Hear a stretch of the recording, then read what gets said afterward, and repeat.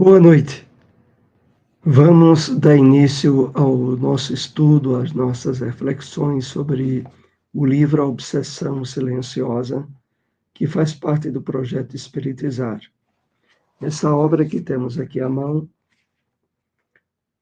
ela faz parte da série Saúde Espiritual do projeto Espiritizar. Hoje nós iremos abordar a conclusão do capítulo 3, como acontecem as influências espirituais. Sempre lembrando que o nosso interesse maior é despertar para a leitura do livro. Aqui nós apenas fazemos algumas abordagens, extraindo alguns parágrafos de cada tema, mas o objetivo maior é que você leia todo o livro. Estudos anteriores do Projeto Espiritizar nós temos no nosso canal no YouTube. Vamos então para um breve comentário de uma mensagem do Espírito Emmanuel.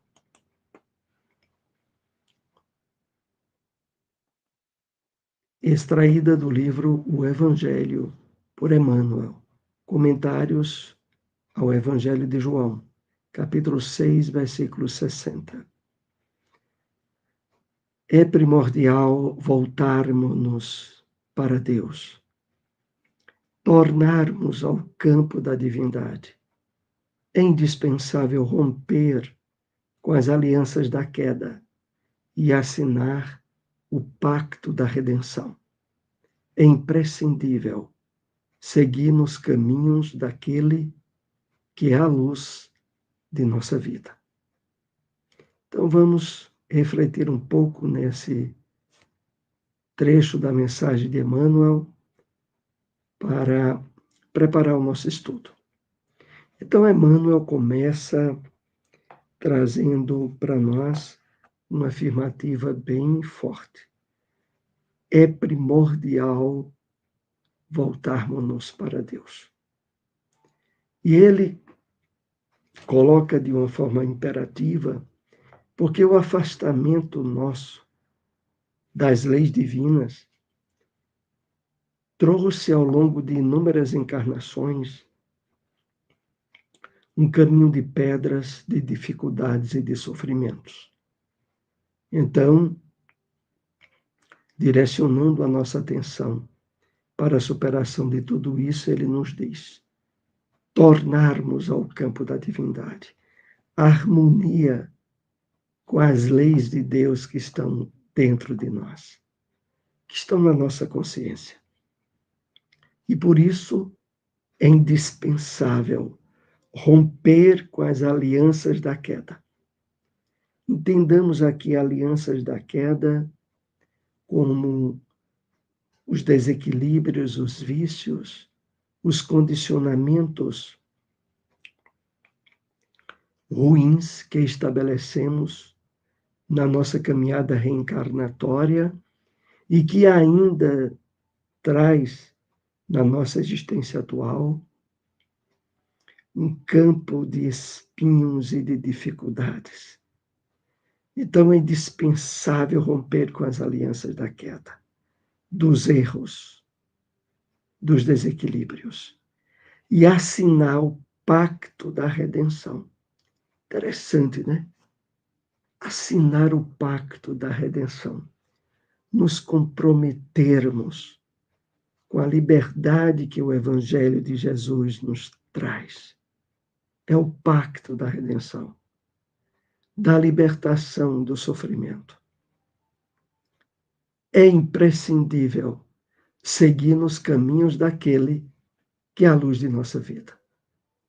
E aqui é importante destacarmos quando ele diz seguirmos nos caminhos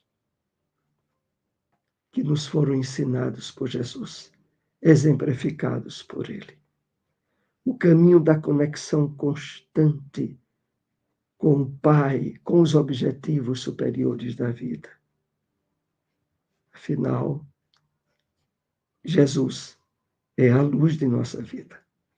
Vamos então para as nossas reflexões do tema Como acontecem as influências espirituais, é o capítulo 3 do livro A Obsessão Silenciosa. Somos espíritos e pensamos. Ao mesmo tempo, recebemos a influência dos pensamentos dos espíritos que os emitem em nossa direção. Os benfeitores emitirão pensamentos que nos estimulam ao bem, enquanto os malfeitores nos irradiarão pensamentos que nos incitam ao mal, que nos excitam, que nos estimulam ao mal. Vamos analisar esse primeiro parágrafo.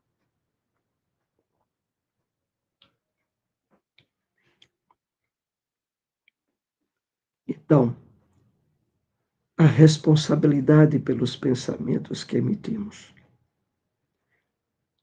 Todos nós, espíritos, quer encarnados, quer desencarnados, transmitimos através do nosso pensamento vibrações, energias, magnetismos, aonde há uma troca constante dessas energias, mas a frequência de sintonia delas é definida pela nossa vontade.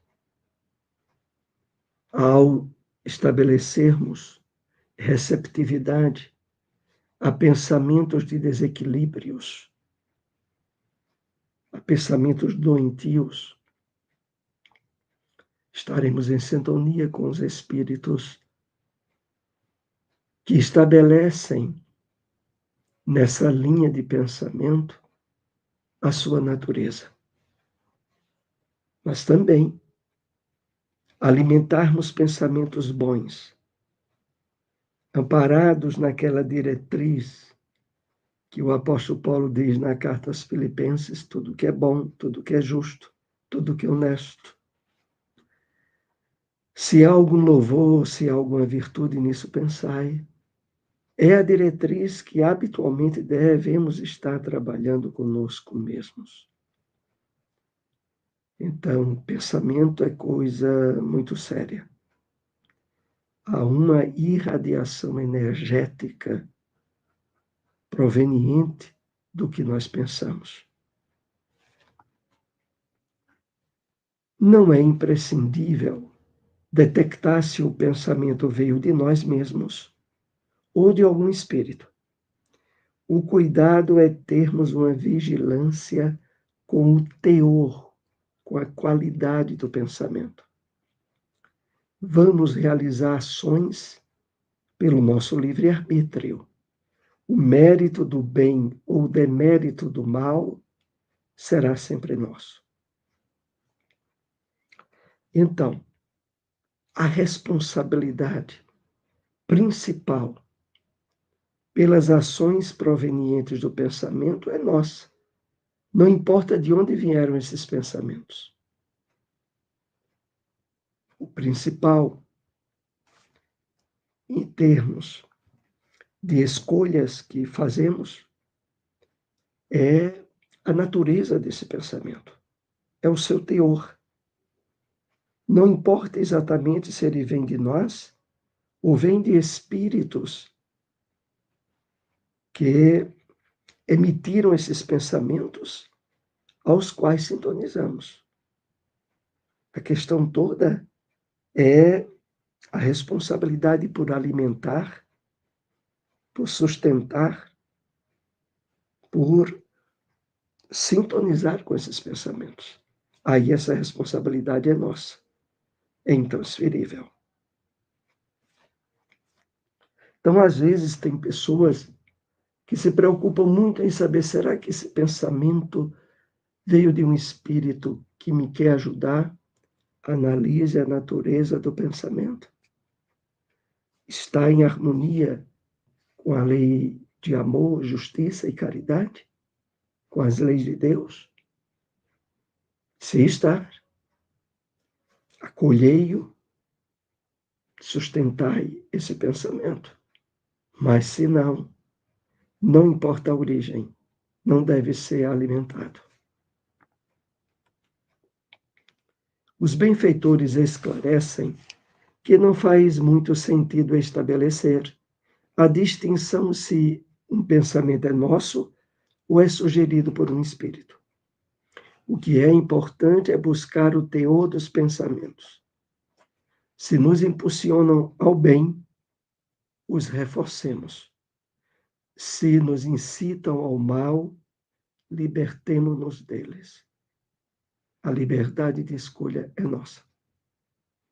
Esse ponto aqui, que nesse parágrafo vem reforçar o que estávamos comentando. Principal,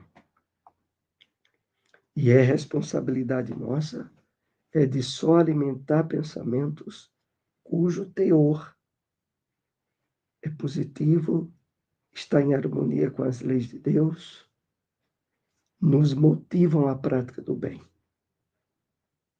É isso aí.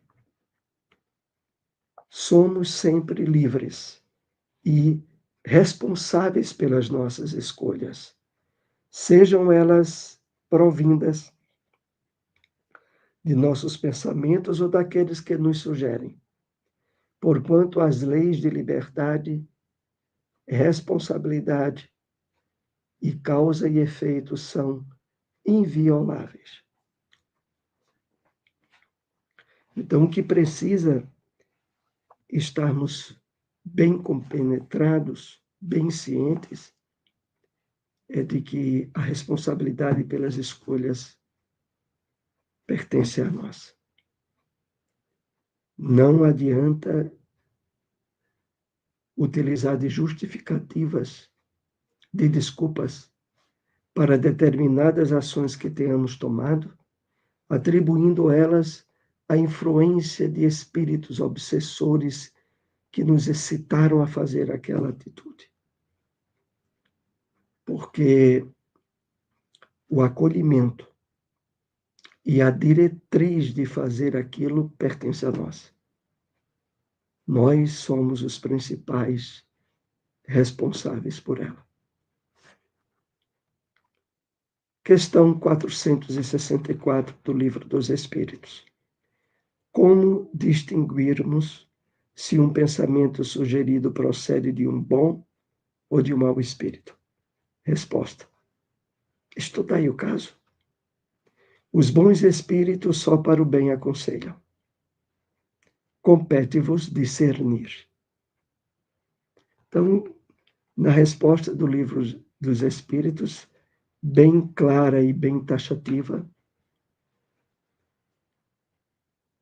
a respeito da distinção, de distinguirmos se o pensamento é de um bom ou de um mau espírito.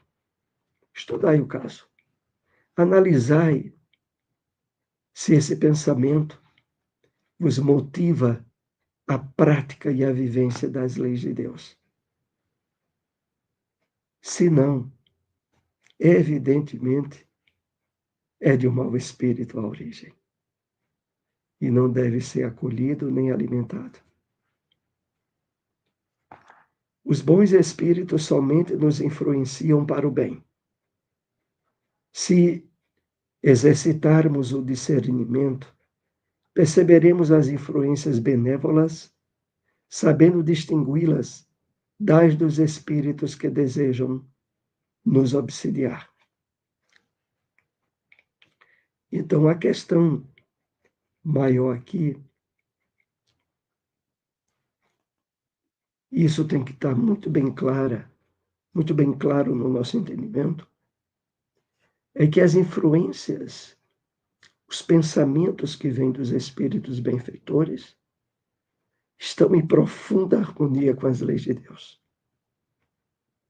E são aqueles que, evidentemente, nos estimulam, nos incentivam a vivência do bem, do amor, da caridade.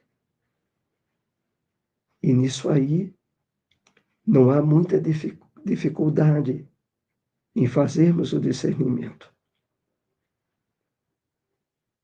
É claro que a atenção, cuidado, que sempre devemos ter ao longo do dia, porque uma quantidade muito grande de vibrações psíquicas, de vibrações mentais, quer proveniente de espíritos encarnados, quer de desencarnados, chegam a nós com muita frequência. E é preciso estarmos bem definidos na característica habitual dos pensamentos que emitimos.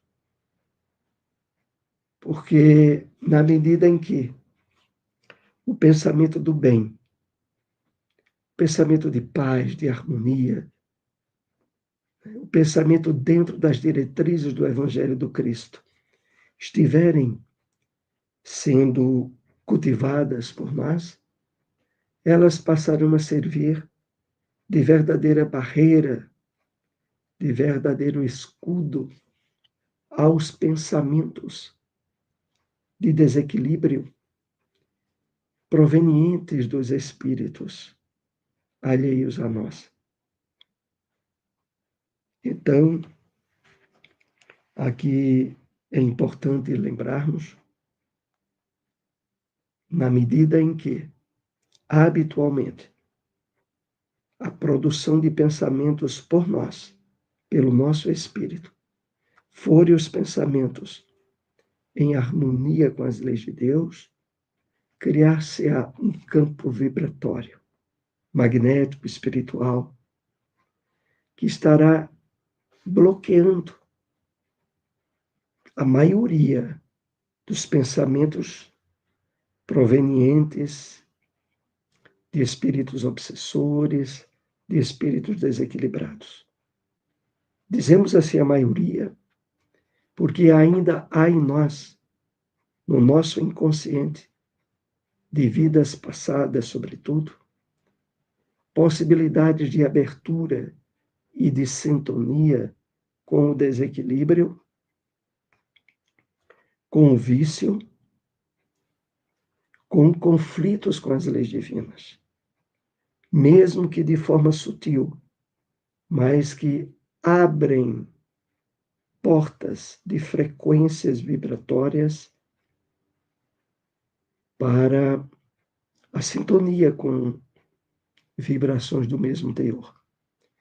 É claro que, de forma quase que automática, nós perceberemos esse tipo de sintonia.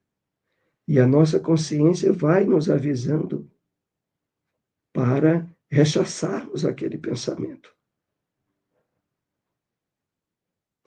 Bom, vamos prosseguir aqui com mais alguns tópicos de nosso estudo. O processo obsessivo é resultado da ação da mente do espírito desencarnado, ainda voltado para o mal, que estará interferindo na energia mental do encarnado, que se submete a ela, alterando pensamentos, sentimentos e vontade. Aqui, o direcionamento que é dado à mente do espírito desencarnado, é claro que se aplica também ao encarnado. Mas a questão que o esboço desse tema aqui nos chama mais atenção é essa interferência a que podemos nos submeter. É claro que se tivéssemos resolvido todas as questões de desequilíbrio do nosso passado reencarnatório, não haveria brechas de possibilidades para os processos obsessivos. Nós ainda temos a repercussão desses processos e o cuidado com a vigilância para rechaçarmos e evitarmos reincidência Porque muitas questões em nós, do nosso passado, ainda não foram resolvidas. É claro que na medida em que o passado de erros, de vícios, de desequilíbrios, estiver sendo cada vez mais transcedido, ressignificado, quanto mais estivermos nos alimentando de pensamentos bons, colhidos de leituras, de estudos, de atenção que conscientemente devemos estar sempre dando, aquilo que está em harmonia com os ensinos de Jesus. Em todo o material que nos chega através dos sentidos físicos. Mas estamos no trabalho. Ainda há muitos pontos para consertar. Mas esclarecimentos como esses que estamos aqui compartilhando vai nos ajudando cada vez mais a assumirmos pela nossa vontade a diretriz de pensamentos que de fato nos fazem bem e que nos dão subsídios cada vez maiores a um trabalho de parceria, junto aos espíritos benfeitores, a estarmos mais sensíveis à interferência deles, do nosso anjo guardião, para o êxito do nosso projeto reencarnatório. A nossa liberdade é relativa, porquanto só somos verdadeiramente livres quando estamos em plena identificação com a lei de amor, justiça e caridade. Quando desconectados da lei maior, prendemo-nos a uma série de limitações, dentre as quais as obsessões que interferem em nossos pensamentos e vontade. Então, Jesus é o Redentor de nossas almas, o grande libertador. Mas ainda não alcançamos o pleno êxito dessa liberdade face às imposições que nós mesmos colocamos em limitar a atuação do Evangelho do Mestre em nós mesmos. Mas na medida em que ampliarmos nossa identificação com a lei de amor, justiça e caridade, mais fecharemos portas e janelas às interferências espirituais obsessivas. Então, esse é um grande trabalho de libertação que o Evangelho de Jesus vai realizando em nós, desconectando-nos das algemas e das prisões orquestradas pelo materialismo, pelas tendências egoístas que trazemos do passado e que ainda estão muito fortes em nós. Mas o desejo e a vontade e a consciência do benefício que essa libertação nos possibilita deve ser o nosso ponto de referência diário. Porque dia a dia, esse trabalho de libertação vai sendo construído em nós, na medida em que o compromisso com o Evangelho de Jesus esteja ganhando mais profundidade em nosso íntimo. Então, a nossa liberdade é relativa e só seremos plenamente livres quando estivermos identificados com a lei de amor, justiça e caridade, de forma ampla e irrestrita. Quanto mais despertarmos para o amor, a justiça e a caridade, mais livre ficaremos da energia mental destrutiva e nos religaremos aos benfeitores espirituais, que fomentam o bem e o progresso na Terra. Então, no último parágrafo desse capítulo que estivemos analisando, é colocado para nós essa reflexão. A questão maior da nossa vida é, de fato, estarmos acordados, despertos para essa conexão com o amor, a justiça e a caridade. Quanto mais isso estiver se planificando em nós estaremos profundamente ligados aos benfeitores espirituais, que são os organizadores, os fomentadores do progresso na Terra.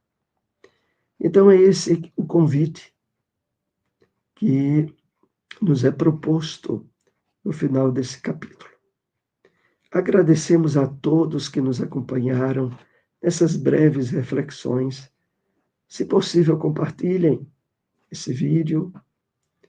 Agradecemos a todos aí e queremos lembrar o grande seminário que iremos ter aí em nossa cidade, em Caruaru, nos próximos dias 17 e 18, sábado e domingo. O seminário Revivendo Jesus, com a presença do Arthur Valadares. Hoje à noite, nós teremos também uma live especial, às 9 horas da noite, aonde teremos a participação do nosso irmão João Alves, do NEP de João Pessoa. Ele estará sendo entrevistado na live por Silmara Mello, do NEP Caruaru. E esse evento vai ser hoje, às 9 horas, na live. Acesse a página no YouTube, NEP Paulo Estevão Caruaru, e acompanhe.